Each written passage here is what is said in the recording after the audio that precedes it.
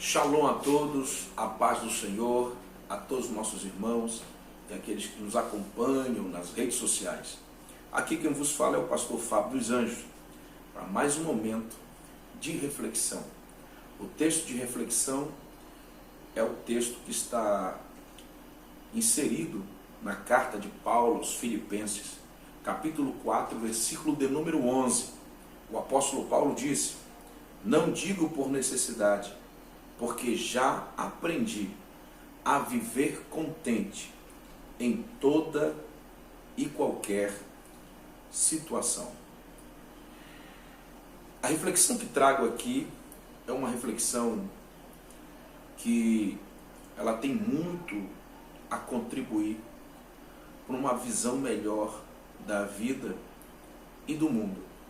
Quando eu leio esse texto, eu percebo que Paulo, o grande apóstolo, dentro de um processo de ensino e de aprendizado com o próprio Deus, ele afirma nesse texto que ele aprendeu a viver contente.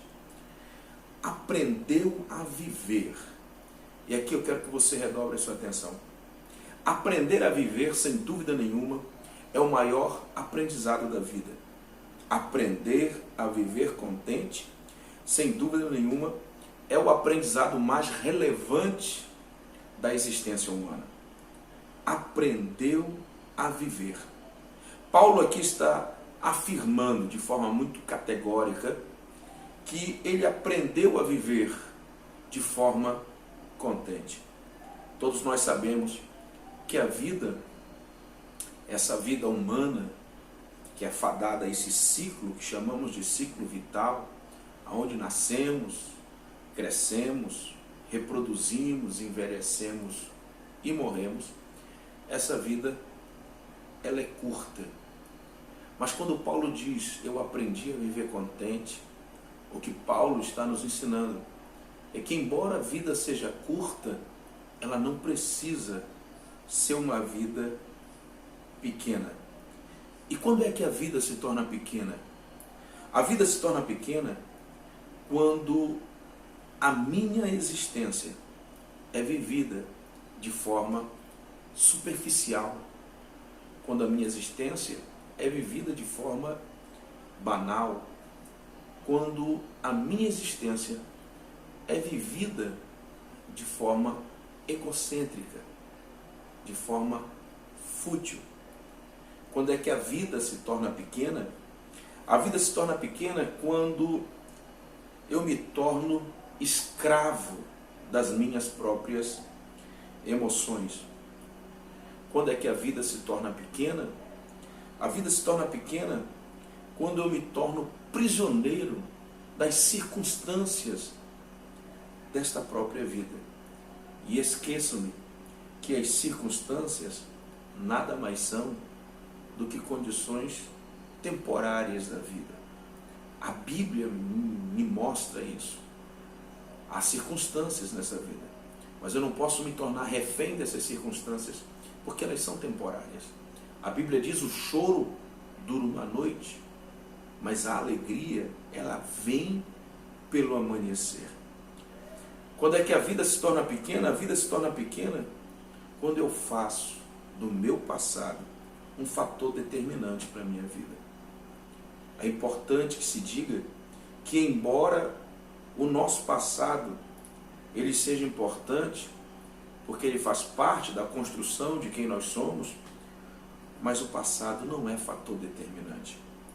O próprio apóstolo Paulo, em Filipenses capítulo 3, versículo 13, ele diz: "Esquecendo-me das coisas que para trás ficam, eu avanço para aquelas que estão diante de mim." Deus sempre tem algo novo diante de mim. Quando é que a vida se torna pequena? Quando nós buscamos o sentido da vida na realização simplesmente dos nossos desejos carnais e humanos. Permita-me definir aqui a palavra desejo. Desejo é a energia que disponibilizamos para buscar aquilo que nos faz falta. É lógico que você só deseja aquilo que você não tem, aquilo que você não possui. E a vida se torna muito pequena quando a nossa existência é marcada por esse sentimento. Por quê? Porque na busca da satisfação dos desejos, o ser humano geralmente deseja o que não tem e depois que consegue o que se deseja, ele já não deseja mais aquilo que ele conseguiu. Salomão, o grande sábio Salomão, ele viveu essa experiência, ele experienciou isso na sua própria existência. A vida de Salomão, ela oscilava entre a ânsia de ter e o tédio de possuir. Tanto que o livro de Eclesiastes, Salomão, ele afirma que tudo isso era correr atrás do vento. Tudo isso era vaidade. Por quê? Porque nesse ciclo de desejos, o ser humano sempre terá o sentimento de que algo lhe falta. Esse sentimento de incompletude, de nunca estar completo, de nunca estar satisfeito. E esse sentimento gera, sem dúvida nenhuma, um vazio existencial que não pode ser preenchido pelas coisas físicas ou pelas coisas materiais. A vida, ela se torna muito pequena quando eu acredito que o acúmulo de bens materiais é o propósito existencial da minha vida. O próprio Jesus, o grande Rabi da Galileia, o grande mestre, Senhor e Salvador, ele mesmo já dizia isso. Em Marcos capítulo 8, versículo 36, Jesus disse: o que adianta o homem ganhar o mundo inteiro e perder a sua alma? Nesse texto de Filipenses capítulo 4, versículo de número 13, o apóstolo Paulo, ele afirma de forma categórica, profunda e reflexiva, de que ele aprendeu a viver contente. Embora a vida sendo curta, essa vida que Paulo aprendeu a viver com Cristo não era uma vida pequena. Era uma vida marcada pela presença de Jesus. Era uma vida que estava dentro do aprendizado de Jesus. A vida que Paulo aprendeu a viver, ele descreve ela em Gálatas capítulo 2, versículo 20, quando ele diz assim: não vivo mais eu, mas Cristo vive em mim. E agora vivo pela fé no Filho de Deus, o qual me amou e se entregou por mim. Paulo está nos ensinando que essa vida com Cristo e essa vida que Cristo ensinou Paulo a viver é uma vida onde o eu é negado, aonde o eu não pode existir. Para que Cristo possa viver e reinar na vida do apóstolo Paulo, não há mais o eu do egocentrismo, o eu da vaidade fútil, o eu da busca de valores que não são eternos, que são supérfluos, que são vazios ou que são banais. A existência dessa vida, embora seja curta, Paulo está nos ensinando que se Cristo estiver nela, esta vida nunca será pequena. E Deus vai ensinar Paulo isso, que se Cristo estiver na sua vida, e se você tiver uma vida onde você viva para a glória de Cristo, a sua existência, a sua influência, ela é marcada. E eu vou mais longe. E as suas obras, elas vão perdurar além do tempo da sua própria existência. Paulo aqui está nos ensinando em Filipenses capítulo 4, versículo 11. Ele diz: porque eu já aprendi a viver contente. Quando você analisa todo o contexto desse texto, você entende que o que Paulo está dizendo é que Paulo aprendeu a estar humilde sem se sentir desvalorizado. Paulo aprendeu a ser honrado sem se sentir ou sem ficar orgulhoso, vaidoso. Paulo aprendeu a passar por escassez sem se queixar, sem murmurar. Ele está dizendo: eu aprendi a viver contente em toda e qualquer situação. Eu aprendi a viver contente. Contentamento é a palavra-chave desse texto. O que é o contentamento? Contentamento é a capacidade de exercer e de manter a fé e a alegria em qualquer situação. Eu posso definir aqui contentamento como a confiança que transcende as circunstâncias da vida. Contentamento. Contentamento é essa alegria produzida pelo Espírito Santo. E se é essa alegria, automaticamente ela é fruto do Espírito Santo.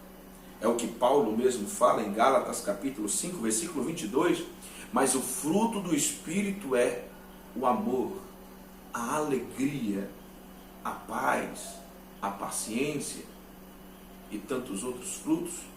Esse contentamento que Paulo revela aqui em Filipenses é a capacidade de entender que Deus está no controle de todas as coisas. E Deus sempre esteve e sempre estará no controle de tudo.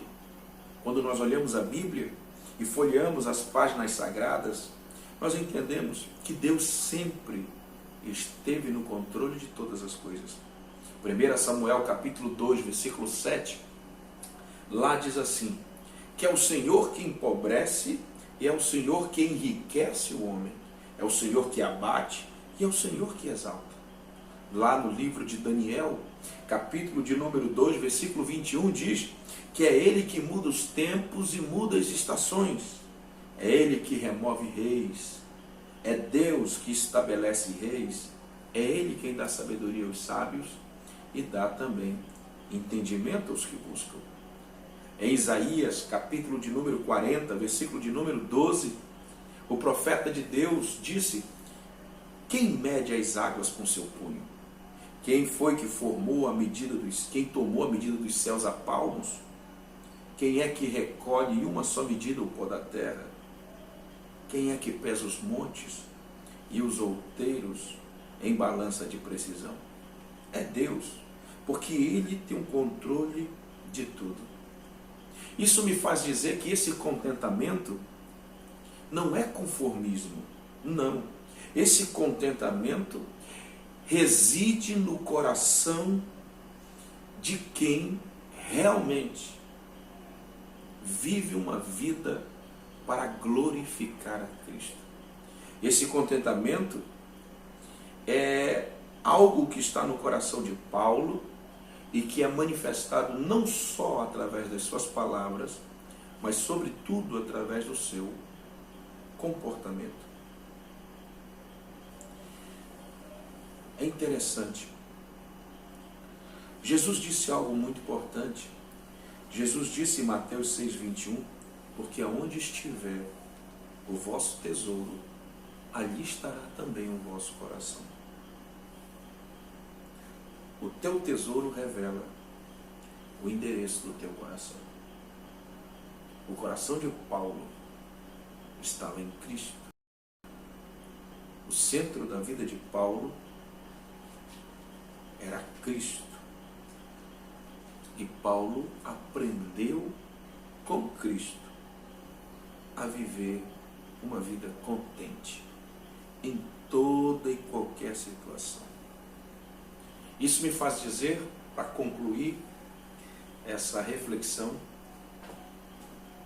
que Jesus, ele não só quer nos dar uma qualidade de vida, mas sobretudo Jesus quer nos dar vida de qualidade.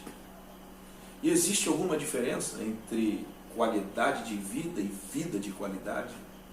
Sim, há muita diferença. Porque tem muita gente que ele sacrifica a vida de qualidade por um padrão de vida. Muitos correm atrás de um padrão de vida. E Jesus, na verdade, quer nos dar vida de qualidade. Jesus nos prometeu isso. Ele disse: eis que vos dou vida e vida em abundância. Vida de qualidade é viver uma vida que glorifique o nome de Jesus.